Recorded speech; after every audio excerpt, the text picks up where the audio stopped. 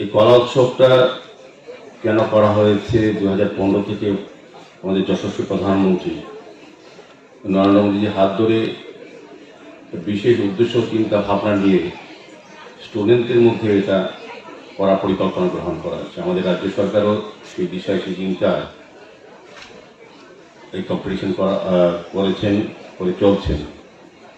মূলত উদ্দেশ্য হচ্ছে এখানে প্রারম্ভিক নিয়ে এমসি সভা মহোদয় বলেছেন যে কী কারণে কলা উৎসবের আয়োজন করা হয়েছে বা উদ্দেশ্য কী। তো আমিও এটা বলবো যে কলা উৎসবের উদ্দেশ্য একটা হচ্ছে আমাদের সরকার, আমাদের কেন্দ্রীয় সরকার, আমাদের রাজ্য সরকারের, আমাদের দপ্তরে যারা 9, 10, 11 এবং 12 স্টুডেন্টরা আছেন তাদের পুঁথিগত বিদ্যার পাশাপাশি অন্যান্য গুণাবলী যদি সুপ্ত আছে তাদের ভিতর, সেটাকে প্রকাশিত করা, বিকশিত করা এবং প্রসার করা, এটা হচ্ছে এই ধরনের কম্পিটিশনের মঞ্চ। স্টুডেন্টে তাদের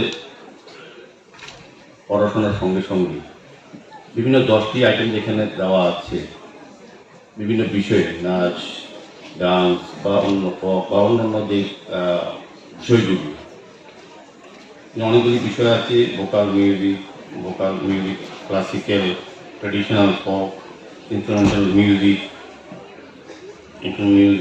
melody, dance, classical dance, folk, visual arts এবং বিষয় যে ড্রামা, সোলো, যেটা অ্যাক্টিং। সার্বিকভাবে একটা স্টুডেন্টকে তৈরি করা প্রকৃত মানুষ হিসাবে এই গুণাবলী যদি থাকে, তার আগামী দিনে চলার ক্ষেত্রেও সার্বিকভাবে শিক্ষা তো অত্যন্ত প্রয়োজনীয় জিনিস আমাদের দেশে। আমরা জানি আমাদের সরকার, কেন্দ্রীয় সরকার এবং রাজ্য সরকার শিক্ষা বিষয়ে অধিক গুরুত্ব দিয়ে শিক্ষা ব্যবস্থাকে ঢেলে সাজিয়েছে, নতুন শিক্ষা ব্যবস্থা প্রণয়ন করা হচ্ছে, আমাদের রাজ্য সরকারও করেছে।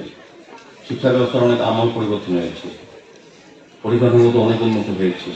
এখন যারা আজকে এখানে যারা স্টুডেন্ট আছে, যারা আগামী আমাদের রাজ্যের ভবিষ্যৎ, দেশের সম্পদ হবে বা রাষ্ট্র গঠনে যারা নিজেকে আত্মনিয়োগ করবে, তাদেরকে প্রকৃতভাবে শিক্ষিত করার জন্য আমাদের রাজ্যে আমাদের সরকার, আমি বলবো গুণগত মান অনেকটা পরিবর্তন, পরিকাঠামোর দিক থেকে এবং পরিচালনার ক্ষেত্রে, ব্যবস্থাপনার ক্ষেত্রে।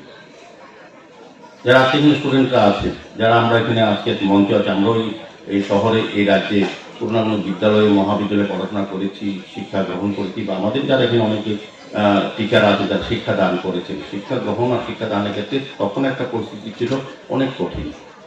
আর এখন যারা স্টুডেন্টরা বিভিন্ন পর্যায়ে, যারা বিভিন্ন বিদ্যালয়, মহাবিদ্যালয়, বিশ্ববিদ্যালয়ে পড়াশোনা করছেন বা প্রাথমিক স্তরে, আমাদের সরকারের বিভিন্ন পরিকাঠামোর উন্নতির কারণে এখন কিন্তু অনেকটা শিক্ষা গ্রহণ অনেকটা ভালো হয়ে গেছে। স্টুডেন্টদের এখন আর যে কোনো কারণে তাদের পড়াশোনা বন্ধ হয়ে যায় বা কষ্ট অসুবিধা এই জায়গাটা নেই। আর আমাদের রাজ্যে এখানে 2জন ডিরেক্টর সাহেব আছেন, আমাদের রাজ্যেও এখন কিন্তু উচ্চশিক্ষা নেওয়ার জন্য বহিরাজ্যে যেতে হয় না, যেটা আগে আমাদের সময়, আমাদের সময় দেখেছি আমাদের কৃতি অনেক স্টুডেন্ট আর্থিক অসচ্ছলতার জন্য কিংবা কোনো কারণে তারা কিন্তু বাইরে গিয়ে উচ্চশিক্ষা গ্রহণ করতে পারে। অনেক মেধা এই রাজ্যে নষ্ট হয়ে গেছে, তাদের কাজে লাগাতে পারিনি আমরা। কিন্তু এখন যদি এই পরিস্থিতি রাজ্যে নেই, এই দেশে নেই। আমাদের রাজ্যে প্রচুর মহাবিদ্যালয়, বিশ্ববিদ্যালয় হয়েছে, technical college, medical college, dental college, প্রচুর কলেজ হচ্ছে। এখন আমাদের স্টুডেন্টদের কিন্তু এই রাজ্যে ইচ্ছে করেই তারা উচ্চশিক্ষা গ্রহণ করতে পারেন, অনেক সুবিধা, অনেক পরিকাঠামো তৈরি হয়েছে।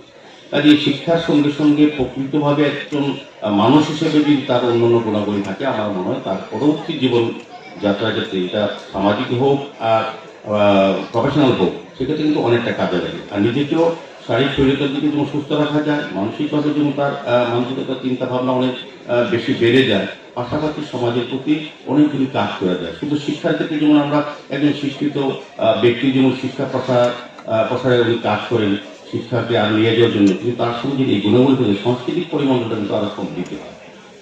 আমাদের মধ্যে এখানে অনেকে গুণী যারা আছেন, আমি দেখেছি তাদের যে শিক্ষা আছে, তাদের সঙ্গে কিন্তু এই গুণগুলি আছে, যারা অন্য অনেক মানুষকে শিক্ষা দান করতে পারেন বিভিন্ন ক্ষেত্রে।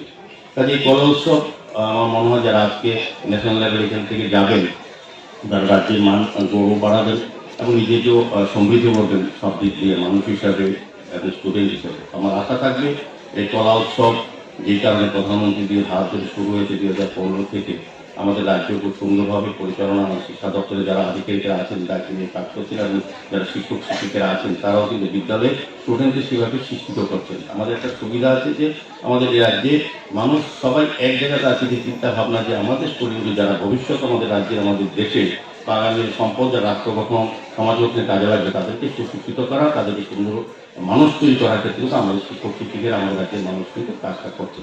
কারণ আশা থাকবে